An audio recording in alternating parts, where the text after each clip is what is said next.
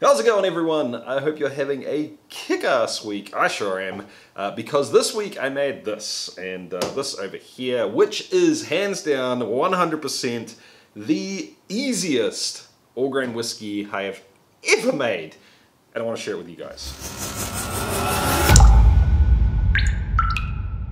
Welcome to Still It, everyone. I'm Jesse, this is Still It, and this is the channel all about chasing the craft of home distillation and making it a legitimate hobby. So if that's what you're into, guys, make sure you hit the subscribe button down below.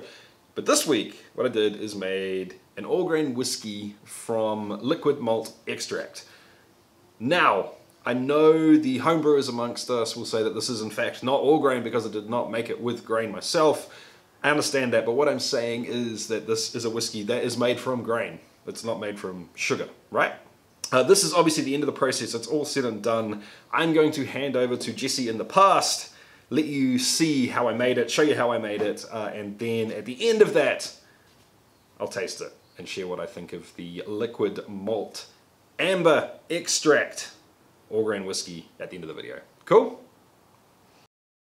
So, future me would have already introduced this video, and honestly, I'm a little bit freaking jealous of that guy because he's already sipping on the fruits of our toil.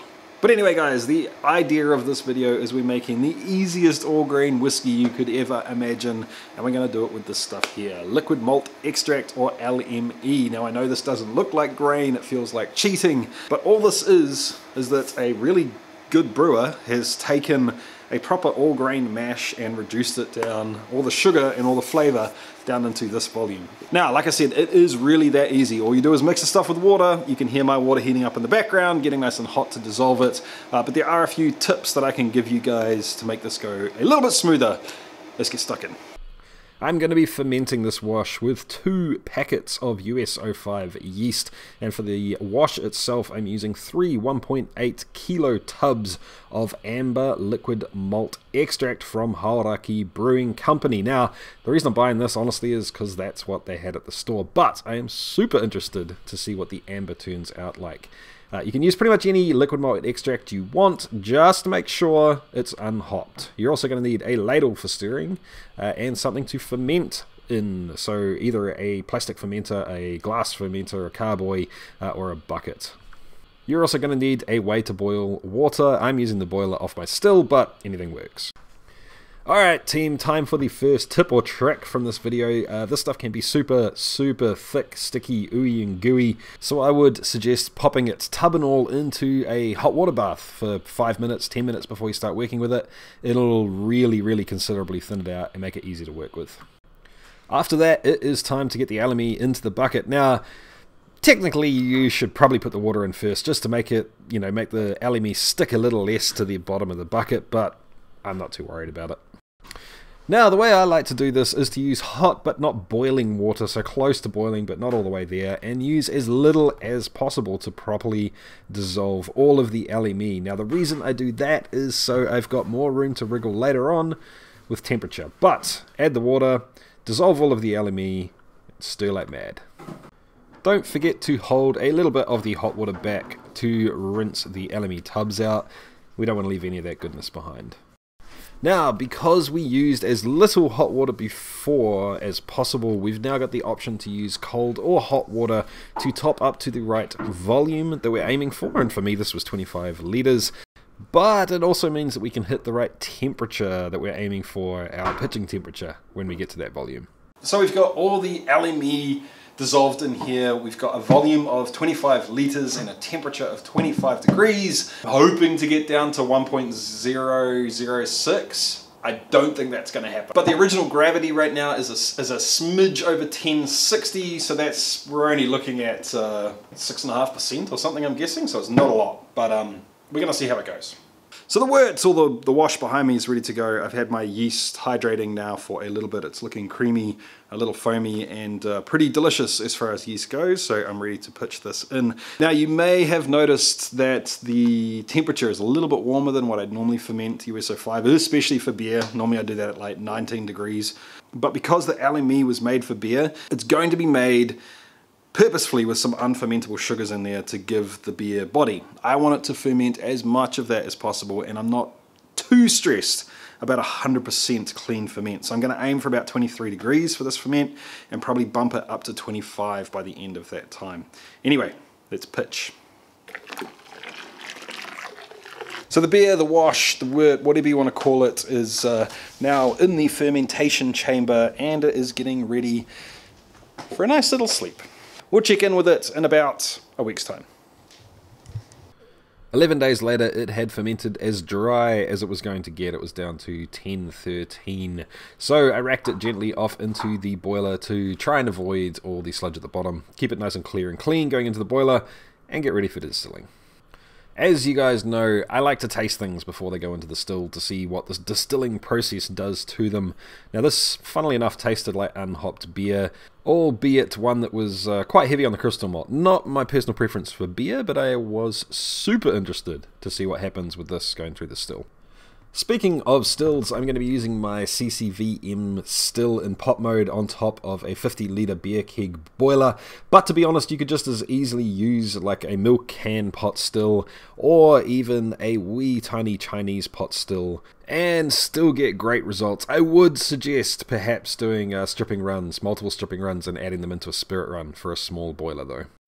Back over on my still, the vapor has risen up through my column, over the line arm, down into the condenser, and has been condensed into the very first jar.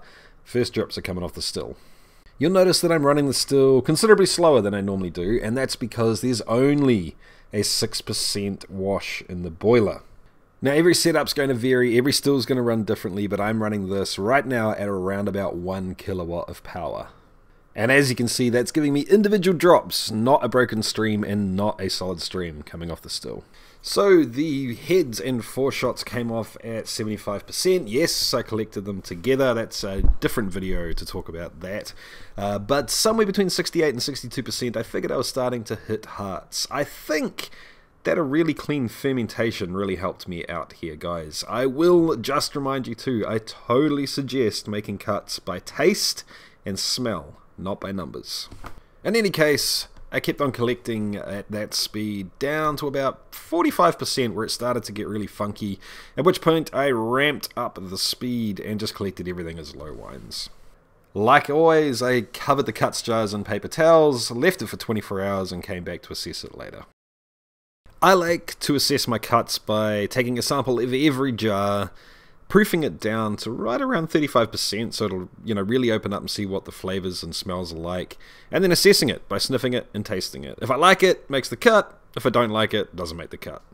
I know this sounds super simple, but sometimes it is easy to kind of get lost as you're tasting, so quite often I like to make a little map and just use shorthand to sort of annotate what's going to make it and what's not.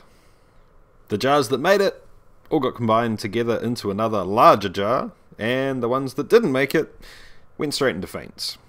I decided to rechar some second-hand UJSSM oak for this batch, because reasons.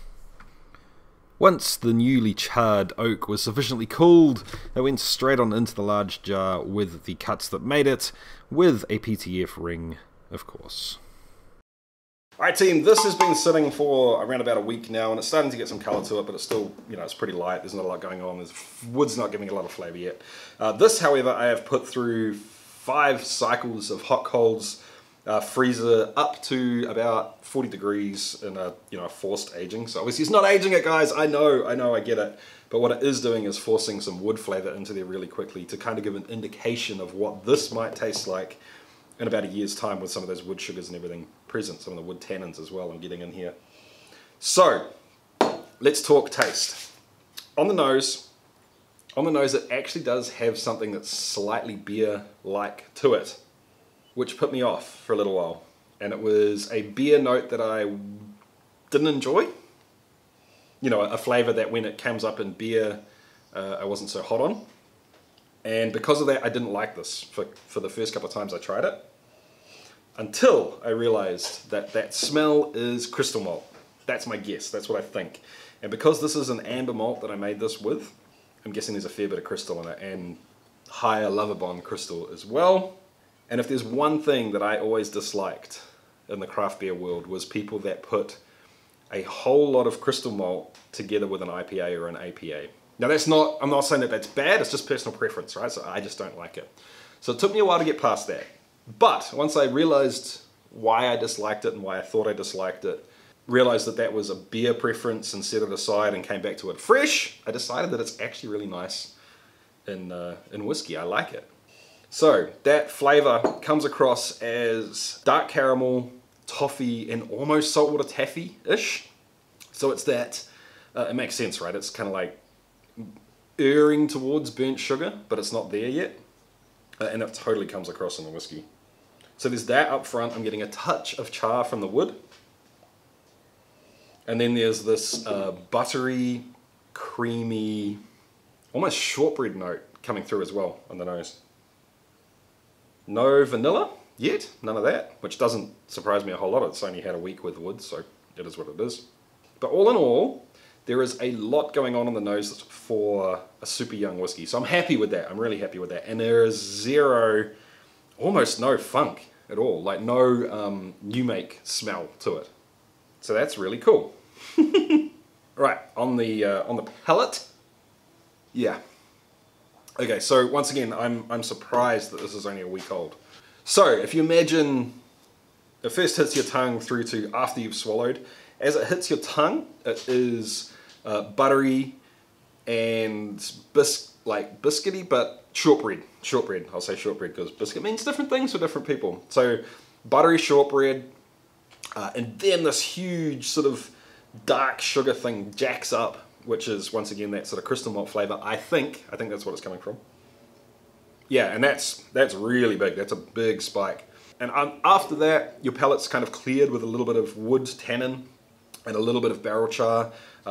This is actually pushed through to a little bit too tannic for me. But I've been learning that if you let that sit for a long time, if you sort of over oaked, leave it with a tiny bit of wood in there and just let it get some age, and those tannins will turn into something else. And sometimes they turn into something that's pretty awesome. That's part of the aging thing that I'm trying to get used to. So it hits that peak, the barrel char and the tannins cut it right down, and then it sort of mellows and lingers with tannin and almost like Werther's Original sort of butterscotch off into the distance, and it lingers for quite a while. So all in all, I'm wrapped with this. Honestly, I think at a week old, this is the best, aged spirit I've made yet, and I will be very, very interested to see what happens with this over, the next year, however long I decide to leave it in there for. Actually, there is just a hint of vanilla, just a hint. Yum.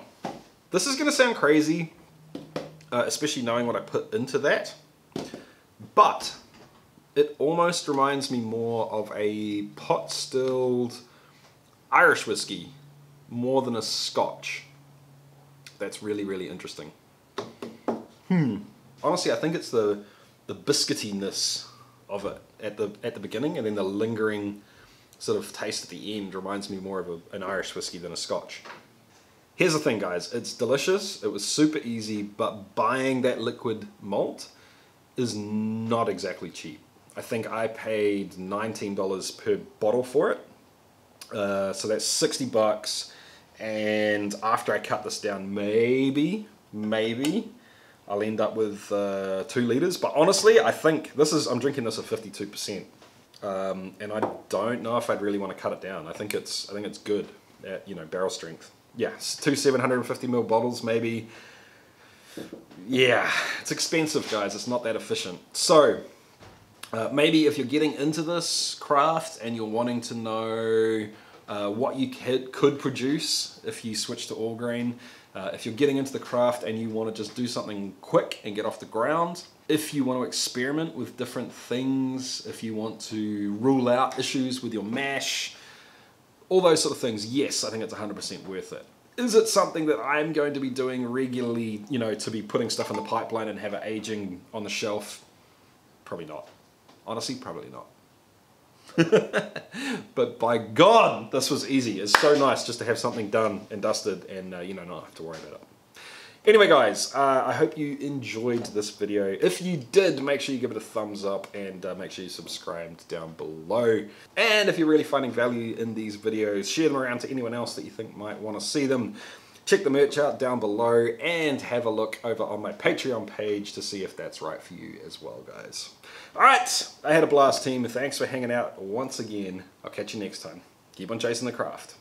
See ya.